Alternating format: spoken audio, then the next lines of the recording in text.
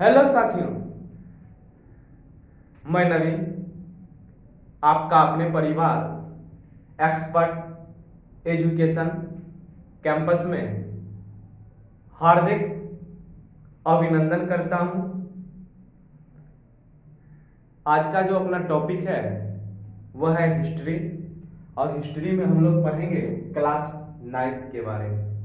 और class 9th का जो हिस्ट्री का जो पहला चैप्टर है ये है आपका भौगोलिक खोज। भौगोलिक खोज जो कि क्लास 9th का जो पहला चैप्टर है, ये संपूर्ण हिस्ट्री, अगर क्लास 9th के संपूर्ण हिस्ट्री का जो पाठ है उन पाठों में से अगर इसको उठा के एक तरफ रख दिया जाए तो जानिएगा ये पाठ जो है अन्य सभी पाठों से जो है महत्वपूर्ण भूमिका हिस्ट्री के क्षेत्र में जो है निभाती है। क्योंकि भौगोलिक खोज में आपको ये बताया जाएगा कि आखिर वह क्या कारण था जो जल मार्ग को अपनाना पड़ा था स्थल मार्ग को छोड़कर। तो इन सभी बातों को जानने के लिए बने रहिए हमारे साथ। तो शुरू करते हैं आज का जो अपना टॉपिक है। आइए,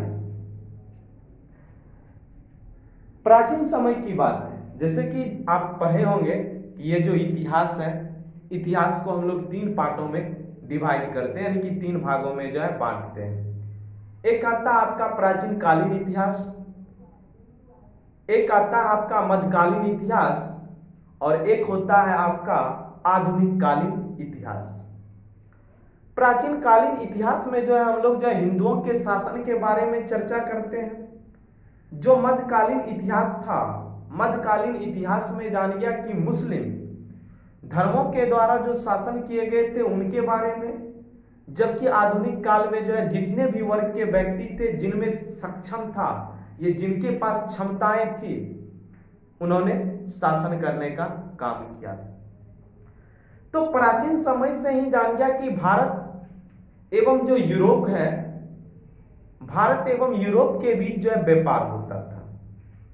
और ये जो व्यापार होता था, व्यापार 2 ही चीजों के लिए किए जाते थे।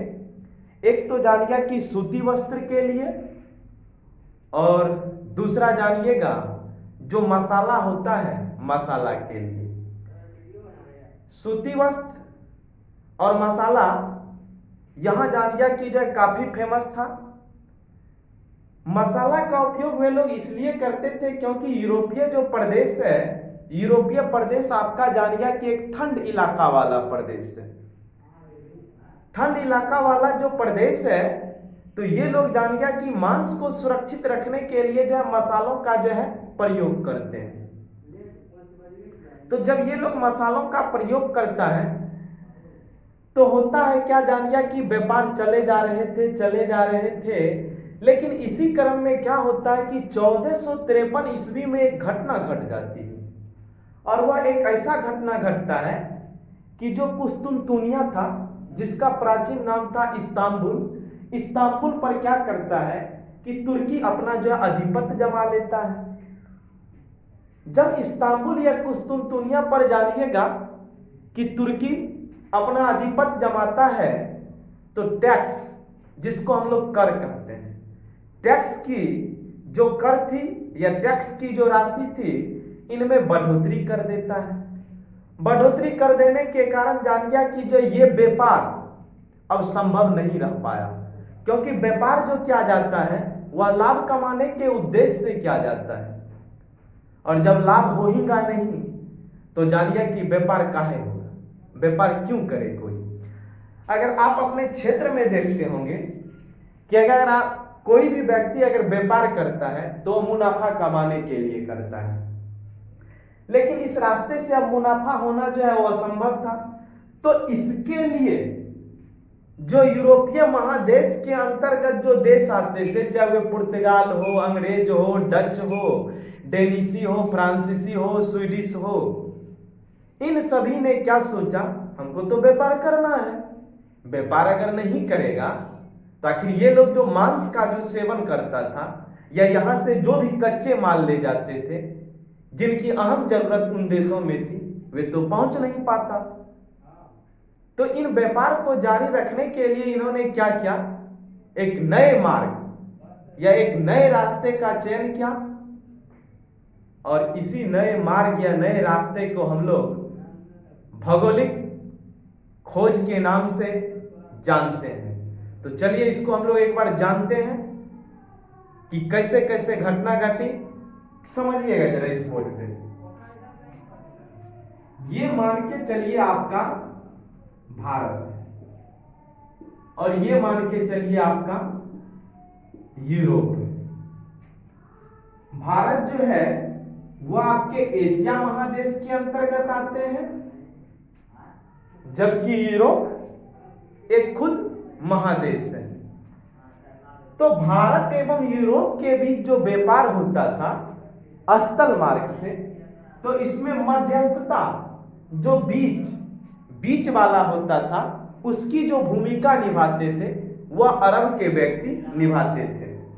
मतलब ये हो गया कि भारत से व्यापार जो है पहले अरब के व्यक्ति करते थे, या भारत से सामान खरीदकर पहले अरब के लोग ले जाते थे और अरब से सामान खरीदकर जो है यूरोप के लोग ले जाते थे।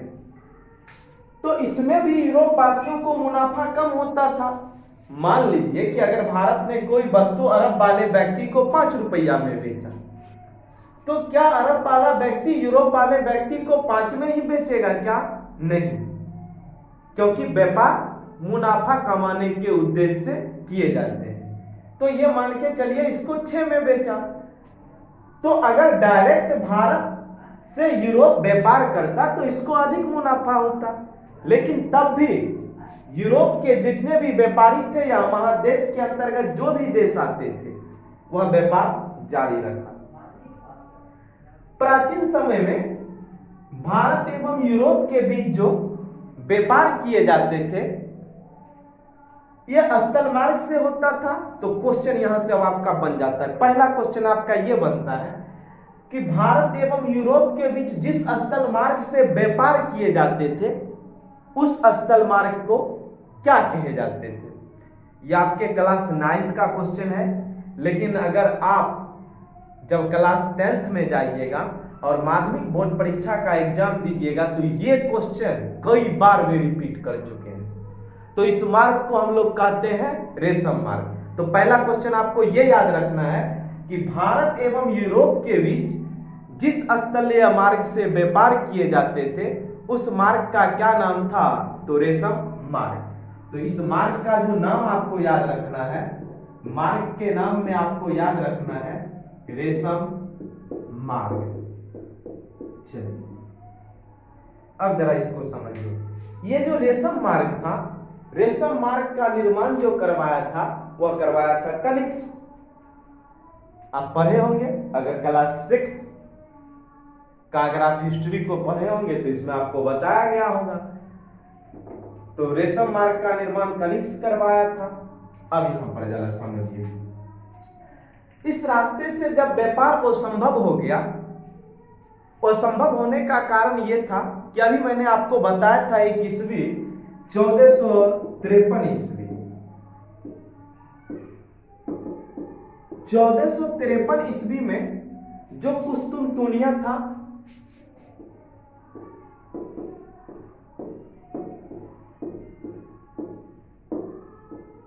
जिसका प्राचीन नाम था इस्तांबुल, तो इस कुस्तुनतुनिया पर क्या करता है? अधिपत, जिसको हम लोग अधिकार कहते हैं, इस अधिपत को जमाने का कार्य करता है तुर्की। और तुर्की क्या करता है? जो टैक्स होता है, इस टैक्स मतलब कर, करों की जो वृद्धि होती है, करों की जो राशि होती है, इनमें ये क्या करते हैं? वृद्धि कर देते हैं। इस रास्ते से व्यापार अब क्या हो जाता है? तो इस रास्ते से अब व्यापार अवरुद्ध हो जाता है, मतलब समाप्त होने के लायक हो जाता है। तो अब एक नए रास्ते का खोज होगा। और एक क्वेश्चन आप और यहां से याद रख सकते हैं कि जो यूरोप महादेश है, तो क्वेश्चन पूछा जाता है यूरोप का मरीज किसको कहते हैं, तो यूरोप का मरीज तुर्की को कहा जाता है। ठीक उसी प्रकार से आप एक क्वेश्चन और याद रख सकते हैं कि एशिया का जो मरीज है, ये अगर किसी को कहे जाते हैं तो चीन को कहे जाते हैं। 3 से 4 क्वेश्चन आपका इतना बड़ा में बना, जिसको कि आप एक बार पुनः रिपीट कर लीजिए। भारत एवं यूरोप के बीच जब व्यापार होता था तो मध्यस्थता की भूमिका कौन निभाते थे, तो अरब निभाते थे। भारत एवं यूरोप के बीच जिस स्थल मार्ग से व्यापार किए जाते थे, उस स्थल मार्ग का क्या नाम था, तो रेशम मार्ग। अगला क्वेश्चन आपका ये बन जाता है कि यूरोप का मरीज किसे कहते हैं, तुर्की को। एशिया का मरीज किसे कहे जाते हैं, चीन को। रेशम मार्ग का निर्माण किसने करवाया था, तो कनिष्क ने करवाया था। और 1453 ईस्वी में कुस्तुनतुनिया पर अधिपत्य किसने जमा लिया था, तो तुर्की ने जमा लिया था। तो आप लोग तेजी से इसका स्क्रीनशॉट लीजिए, तब हम लोग आगे चलेंगे।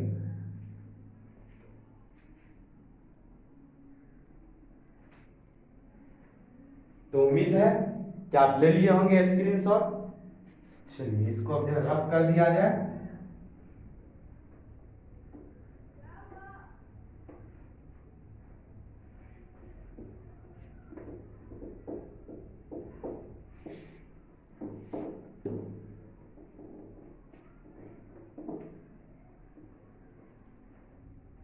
अब देखिए, इसमें आपको एक क्रम याद रखना पड़ेगा, और इसको हम लोग जो एक ट्रिक के माध्यम से अगर याद करते हैं तो ज्यादा जल्दी याद हो जाएगा। जो जो कंपनियां थी, वे जो कंपनी आपके देश में आए थे, PEDDFS, ये आपको याद करना है। पी में याद कर लेना है 1498 ईस्वी, ई में याद कर लेना है 1600 ईस्वी, डी में याद कर लेना है 1602, 1616, 1664 और 1731। चलिए क्या है ये, इसको हम लोग समझते हैं। अभी जो आप मोबाइल के स्क्रीन पे देख रहे हैं, PPEDDFS, पी से पुर्तगाल। पुर्तगाल जो भारत आए थे, वो आए थे 1498 ईस्वी में। तो आपसे पूछेगा कि पुर्तगाल भारत कब आए, 1498 ईस्वी में। अंग्रेज भारत कब आए, 1600 ईस्वी में। डच भारत कब आए, 1602 ईस्वी में। डेनिसी भारत कब आए, 1616 ईस्वी में। फ्रांसीसी भारत कब आए, 1664 ईस्वी में। और स्वीडिश भारत कब आए, तो 1731 ईस्वी में। ये क्रम आपको याद रखना है। यानी कि हम लोग इसके हेडिंग में लिख सकते हैं यूरोपीय कंपनी जो कि भारत आए।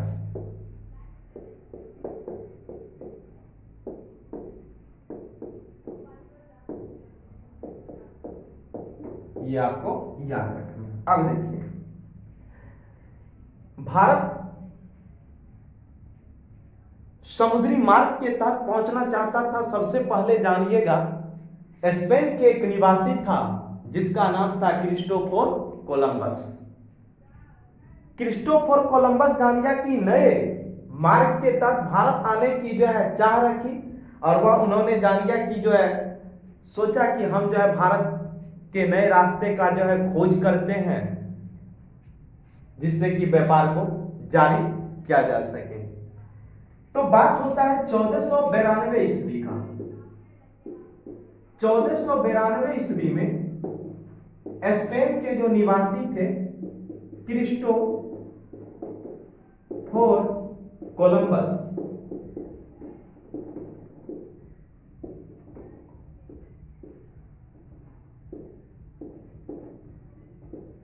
तो क्रिस्टोफर कोलंबस क्या करता है, भारत आने के लिए जो है वहां से चले।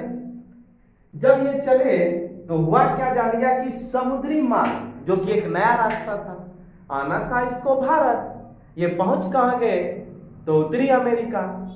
जब ये उत्तरी अमेरिका पहुंचे तो वहां के व्यक्तियों को इन्होंने देखा लाल लाल, तो ये तो सोचा हम तो भारत चले आए, तो इन व्यक्तियों का नाम उन्होंने रख दिया रेड इंडियन। तो यहां से अब आपका एक क्वेश्चन बन जाता है, क्वेश्चन आपसे ये पूछेगा रेड इंडियन मूल रूप से किस देश के निवासी थे, तो उत्तरी अमेरिका आपको लगाना है।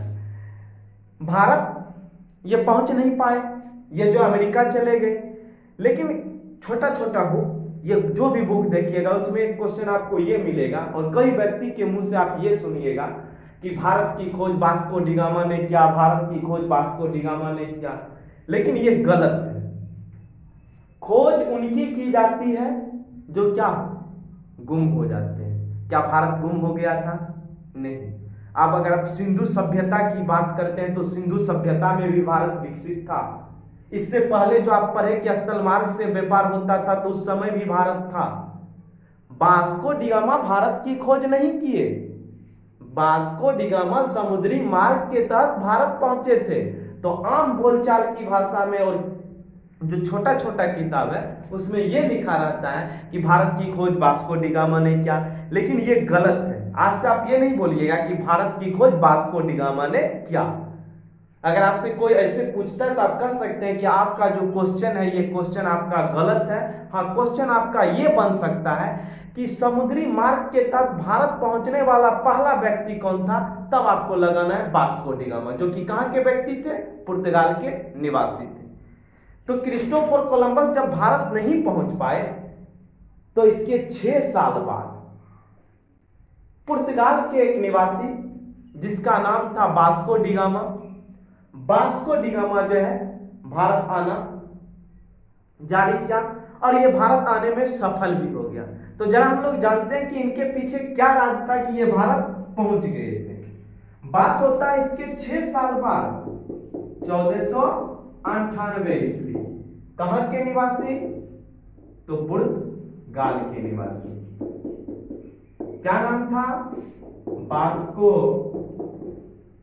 D gamma. चलिए,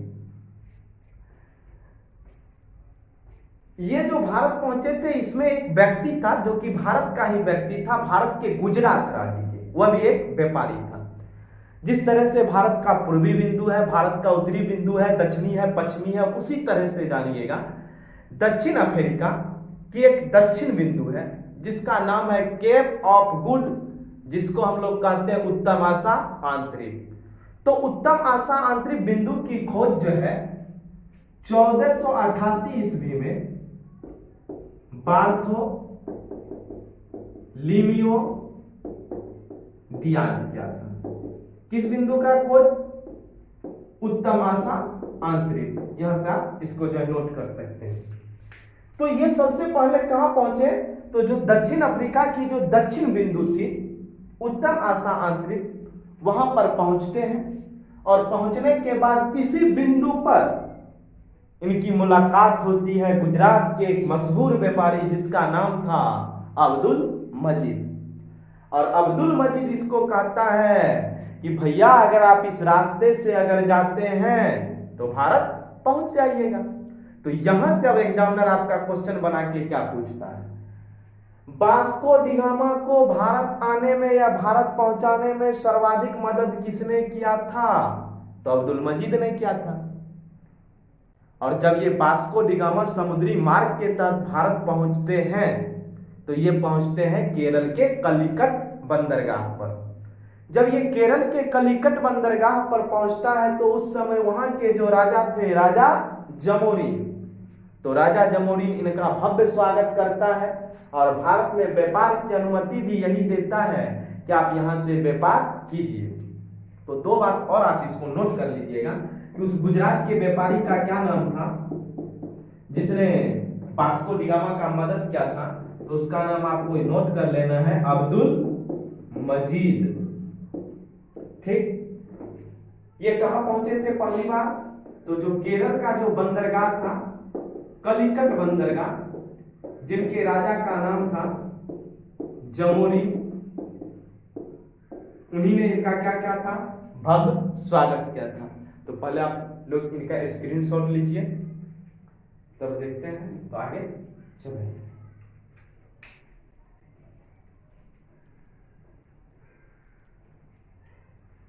चलिए स्क्रीनशॉट ले लिए होंगे, लंबा पार्ट हो जाएगा। तो इस वीडियो में हम लोग इतना ही, मिलते हैं इसी ऊर्जा इसी उत्साह के साथ अगले एपिसोड में। तब तक के लिए बेस्ट ऑफ लक।